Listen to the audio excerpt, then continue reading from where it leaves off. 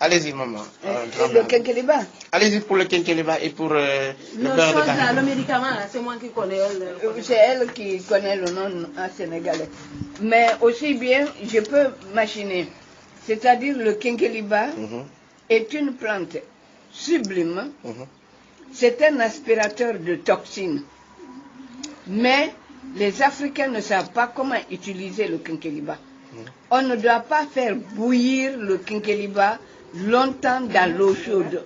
Alors, pour avoir des résultats sublimes, il faut prendre les feuilles de quinqueliba, les enlever, les rincer, les mettre dans une marmite par terre.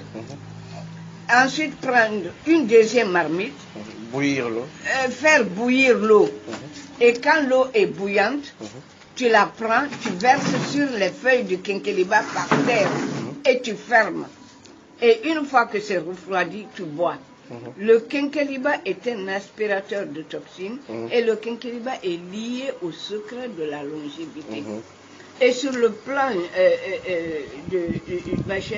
en tant que sage-femme, moi pendant 40 ans, j'ai utilisé le quinqueliba et le beurre de karité et vraiment, il n'y a pas d'avortement, il n'y a pas d'accouchement prématuré et il y a des césariennes qui sont évitées liées à l'hypertonie utérine.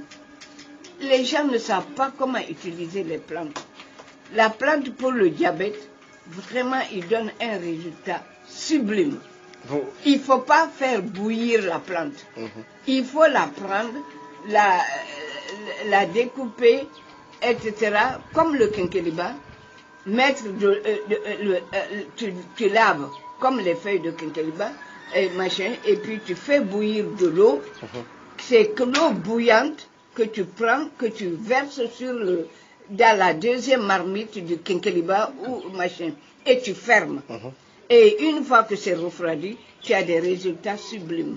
Mais il ne faut pas faire bouillir, parce que si tu fais bouillir le quinqueliba ou cette plante longtemps, tous les principes actifs de la plante disparaissent. Okay. Vous avez une fois vécu cette expérience avec cette plante? Par exemple, le diabète. Vous étiez diabétique? Oui, je suis diabétique et j'ai eu des résultats sublimes. Le nephrologue ici était dépassé. Le médecin à Bordeaux était dépassé de la chute du diabète. Et moi, je peux vous assurer qu'aujourd'hui, mon diabète a pratiquement disparu. J'attends les urines qui vont me confirmer que je ne suis plus diabétique. Et il y a une Française à qui j'ai expliqué ça. Elle est venue me dire que son diabète a chuté. Ah non, c'est sublime. Mais voilà, c'est parce que les gens ne savent pas utiliser les plantes. Et pour le beurre de karité? Alors, le beurre de karité est à la peau ce que le lait maternel est à l'enfant. Un enfant à qui on donne, on utilise, on badigeonne le premier jour de la naissance, on met ça à l'enfant, jusqu'à l'âge de 10 ans, 15 ans, c'est le seul enfant qui n'ira pas à l'hôpital. Le quinqueliba est lié, le beurre de karité est un secret du Coran. C'est dans le Coran. C'est une plante bénie par Dieu. Et le verset, c'est Wattin wa zaytuni, Wattin wa zaytuni, Wattur sinina wa hazal baladi.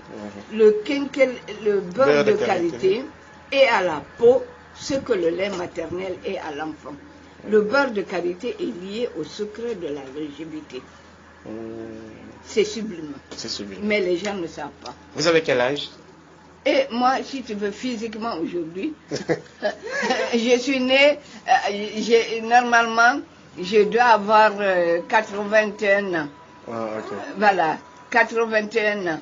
Mais physiquement, aujourd'hui, j'ai 20 ans, grâce à cette plante et au quinqueliba et au beurre de karité. Et à la gendarme qui est là. Et à ma mère gendarme. Et à la mère gendarme. Merci maman. Voilà. Merci. Je vais partager ça avec tout le monde. Je vais mettre ça sur Internet parce que je suis informaticien. Je vais mettre ça pour aider d'autres personnes qui souffrent du diabète. Je vais distribuer ça dans les réseaux sociaux.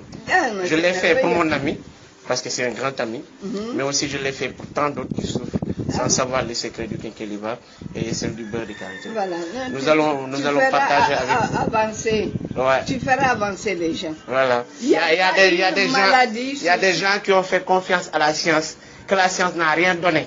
Nous, ouais, elles se connaissent, hein, elles se connaissent.